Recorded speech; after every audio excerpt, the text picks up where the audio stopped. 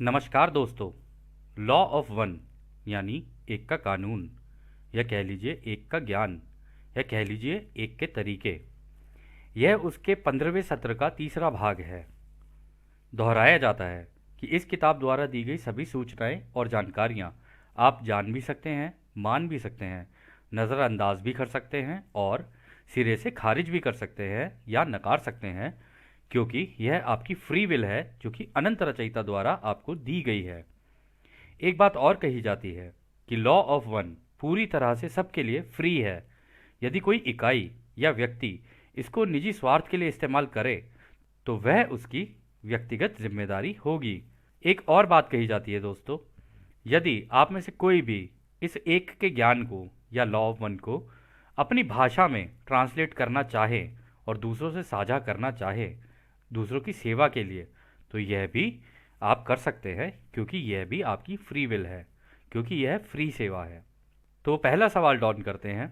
आपके कथन के अनुसार एक ही प्रश्न को दो बार नहीं पूछना है, परंतु कुछ प्रश्न ऐसे हैं जिनका महत्व मैं अधिक समझता हूँ, इसलिए संभव है कि प्रश्न को दूसरे शब्दों में मेरे द्वारा दोबारा पूछा जाए। आपके धैर्य के लिए मैं आपको बहुत बहुत धन्यवाद करता हूँ। कल आपने यह भी उल्लेख किया था कि जब पिछले 25,000 साल की अवधि में अंत में कोई भी फसल की कटाई नहीं हुई थी, तो उसमें कुछ लोग थे जो कटाई के योग्य नहीं थे, परंतु उन्होंने चौथे आयाम में नहीं जाना चुना और वह यहीं रहे। क्या आप बता सकते हैं कि वह चौथी घनत्वता में जाना कैसे चुनेंगे? तो रा कहते हैं, यह चरवाहे या जिन्हें एल्डर रेस कहा जाता है, उनके जाने का समय व स्थान स्वयं चुनेंगे। उनके जाने की संभावना तब तक नहीं है जब तक उनके अन्य लोग भी चौथी घनत्वता में जाने योग्य ना हो जाएं। तो दोस्तों, यहाँ पे सवाल डॉन ने ये पूछा कि भाई पिछले 25,000 साल में लोग, मतलब हर 25,000 साल में अगर इस तरीके से लोग प्रोग्रेस करते हैं, इस तरीके से प्रगति होती है और अगली घनत्वता में जाते हैं, तो 25,000 साल में जो पहले रह गए थे, मतलब उन्होंने जाना नहीं चुना, तो वो गए क्यों नहीं? और वो जा कैसे सकते हैं अब, अगर सतयुग में जाना चाहें? तो रा ने यहाँ पे कहा यह चरवाहे या जिन्हें एल्डर रेस कहा जाता है। दोस्तों, ये वो होते हैं जो यहाँ पर दोबारा ही जन्म ले लेते हैं। ठीक है, दोबारा ही जन्म ले लेते हैं और दूसरों की सेवा का काम करते हैं ताकि उनको अपने साथ चौथी घनत्वता में ले जाने योग्य बनाया जा सके, ताकि ज़्यादा से ज़्यादा लोग उनके साथ निकल के जा सकें। और ये एल्डर होते हैं, ये एल्डर रेस है। ये मतलब ये इसी धरती के ऊपर बार बार बार बार बार बार बार बार पैदा हुए, लेकिन पीछे से इनकी सोच और इनका ज्ञान था ही कुछ ऐसा, या है ही कुछ ऐसा, जिनका झुकाव इस एक के ज्ञान के ऊपर बचपन से ही होता है। मतलब उनको बचपन से ही ऐसा लगता है कि कहीं ना कहीं कुछ तो दिक्कत है, कुछ ना कुछ प्रॉब्लम है पूरी दुनिया के अंदर, क्योंकि हमें ऐसा लगता है कि यार सब कुछ जिसने भी बचा बनाया है ना, वो किसी एक ने बनाया है। जिस व्यक्ति के अंदर ऐसा होता है ना, तो उसको शायद अंदर से थोड़ा सा लगे कि शायद कहीं मैं एल्डर रेस का तो नहीं हूं, परंतु अगर उसको लग भी जाए तो इसमें घमंड करने की बात नहीं है। तब उसको ये लगना चाहिए कि मेरे सर के ऊपर जिम्मेदारी है। यदि वो उस जिम्मेदारी को खुद लेता है तो वो इस काम को कर सकता है। तो अगला सवाल डॉन करते हैं। उनके अन्य द्वारा स्वयं के कटने के योग्य होने से आपका क्या तात्पर्य है? यानी यहां पर डॉन ये कह रहे हैं कि भाई वो तो हैं ही, चलो ठीक है, लेकिन उनके जो दूसरे हैं वो कौन है जिनको उस तरीके का, मतलब वैसा बना देना या उनके लिए उनकी मदद कर देनी कि वो भी उनके साथ अगली घनत्वता में चले जाएं।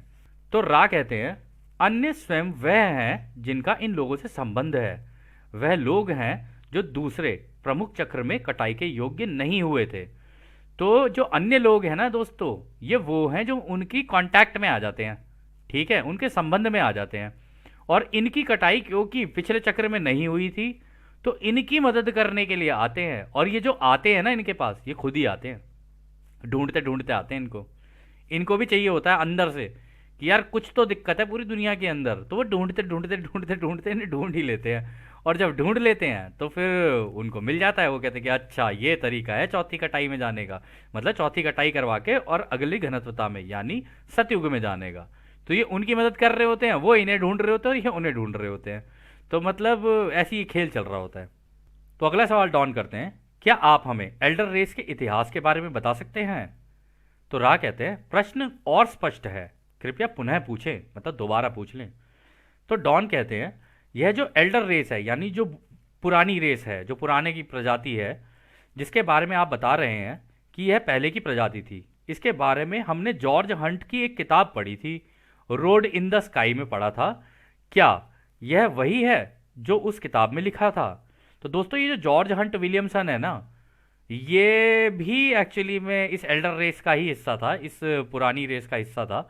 अब तो खैर ये इस धरती पर नहीं है, परंतु बहुत अच्छा काम करके गया, इसने बहुत अच्छी अच्छी किताबें लिखी थी। और इसकी एक किताब है इन द स्काई, ठीक है, रोड इन द स्काई, बहुत ही अच्छी किताब है। कभी आपका हो मन तो पढ़ लेना, हमारी तरफ से कोई जोर ज़बरदस्ती नहीं है। तो रा कहते हैं प्रश्न अब अपने आप हल हो गया है, क्योंकि हमने पहले इन लोगों के निर्णय लेने के बारे में बात की थी, जिसके कारण यह लोग तुम्हारे मास्टर चक्र के दूसरे प्रमुख चक्र के अंत तक यहाँ बने रहे। माइकल के नाम से जानने वाले व्यक्ति के बारे में विवरण अस्पष्ट है, हालांकि इसका इस बात से कोई लेना देना नहीं है कि यह लोग सामाजिक स्मृति परिसर नहीं है, बल्कि सेवा के लिए समर्पित मन, शरीर, आत्मा परिसर का समूह है। यह व्यक्ति एक साथ काम करते हैं, लेकिन पूरी तरह एक नहीं है। इस प्रकार यह एक दूसरे के विचारों, भावनाओं और उद्देश्य को पूरी तरह से नहीं देखते हैं। हालांकि सेवा करने की उनकी इच्छा चौथी आयामी प्रकार की इच्छा है। इस तरह आप उनके एक भाईचारे के रूप में देख सकते हैं। तो दोस्तों यहाँ पर वो ये कह रहे हैं कि देखो, इसके बारे में हम तुम्हें ज़्यादा तो नहीं बता सकते, क्योंकि ये जो जॉर्ज हंट विलियमसन था ना, उस वक्त पे जिंदा था। हाँ, अगर इसकी मृत्यु हो गई होती उससे पहले तो इसके बारे में बताया जा सकता था, लेकिन इनडायरेक्टली कह लो या ऐसी घुमा के कह दो, रा ने बता दिया कि ये भी उसी एल्डर रेस का हिस्सा है। जॉर्ज हंट विलियमसन, इसका नाम घर का, इसका माइकल भी नाम था, इसका घर पे इसको माइकल भी बोलते थे। तो डॉन कहते हैं आप उन्हें एल्डर रेस क्यों कहते हैं, मतलब बूढ़ी प्रजाति क्यों कहते हैं, या पहले की प्रजाति क्यों कहते हैं? तो रा कहते हैं हमने उन्हें इस प्रकार बुलाया है कि आपको यह उनकी पहचान से परिचित कराएं। तो रा कह रहे थे कि हम तो तुम्हें उनकी पहचान से परिचित कराना चाह रहे थे कि भाई ये तो बहुत पुराने लोग हैं, तुम्हारी धरती पे आते गए तुम्हारी मदद करने के लिए, तुम्हारी सेवा करने के लिए आए जा रहे हैं बार बार। तो डॉन कहते हैं क्या इन एल्डर रेस में कोई वॉन्डरर्स भी हैं या नहीं, यानी घुमक्कड़, या कह लो रमते जोगी, या कह लो नारायण नारायण भी हैं या नहीं?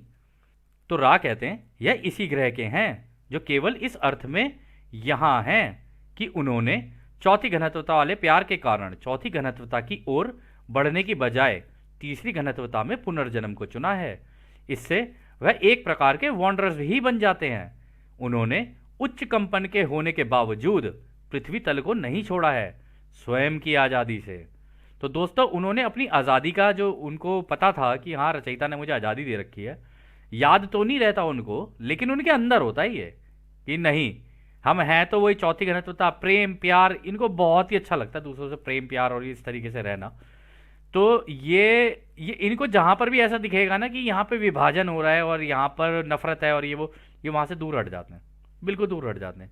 इनको प्रेम प्यार और ये सारी चीज़ें ही अच्छी लगती हैं, और ये आते हैं दूसरों की मदद के लिए कि भाई आओ अब निकलते हैं सतयुग में साथ सारे के सारे।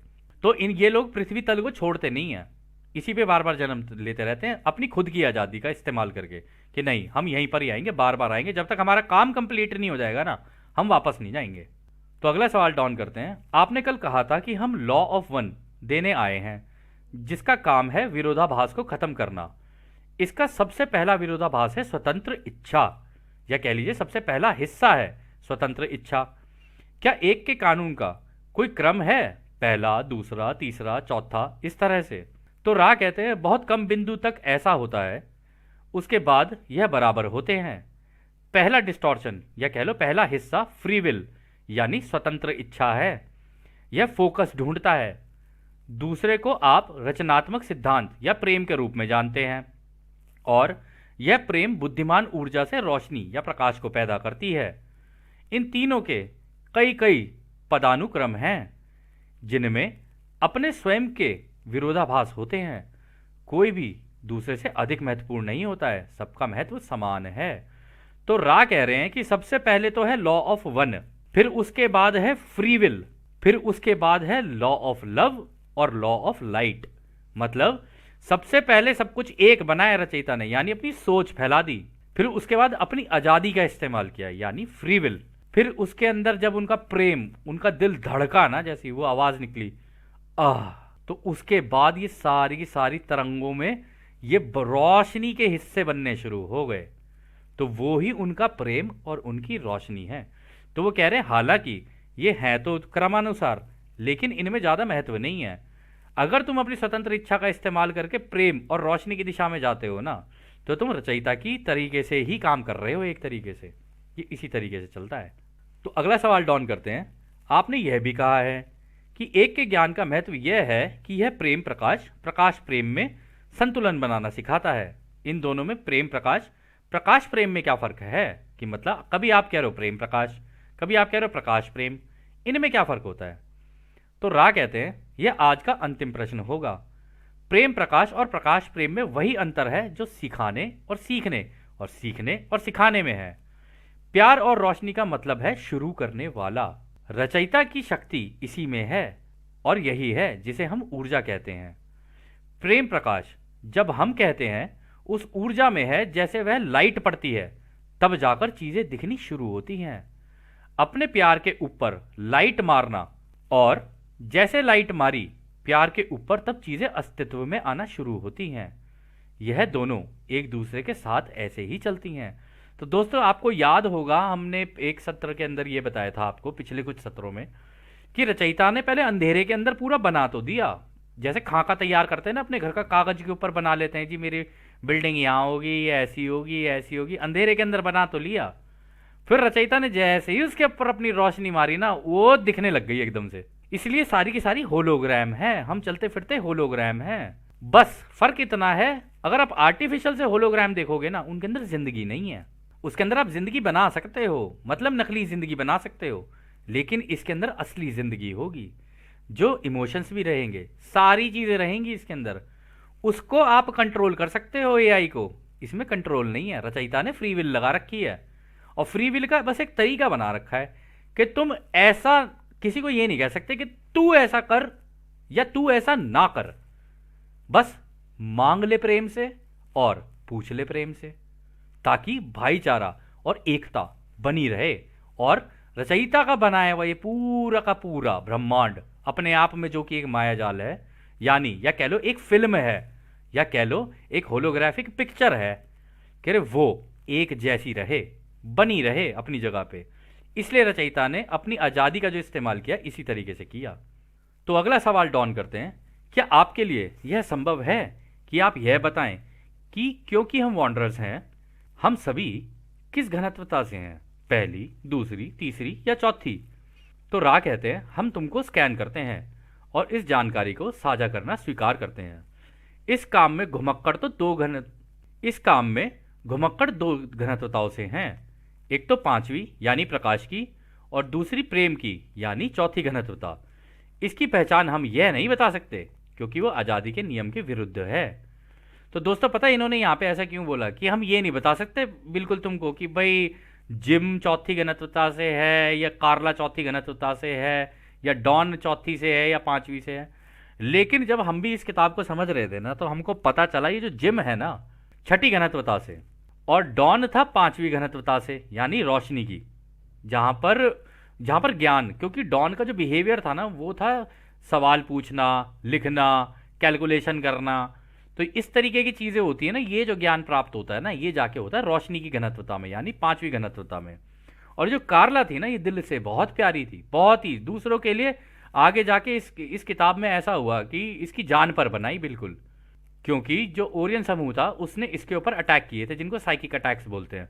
मतलब वो बैठी थी तो ध्यान अवस्था में, उसमें अटैक पे अटैक करते चले गए कि इसे मार दें जान से। अगर इसे जान से मार देंगे तो ये जितनी भी जानकारियां हैं ना, ये मिल नहीं पाएंगी किसी को भी।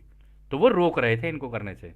तो इससे हमें पता चला था कि ये जो जिम है ये छठी घनत्वता का है, ये जो डॉन है ये पांचवी घनत्वता का है, और ये जो कार्ला थी, मतलब डॉन भी अब मर चुके हैं, और ये जो कार्ला थी ना ये भी चौथी घनत्वता की थी।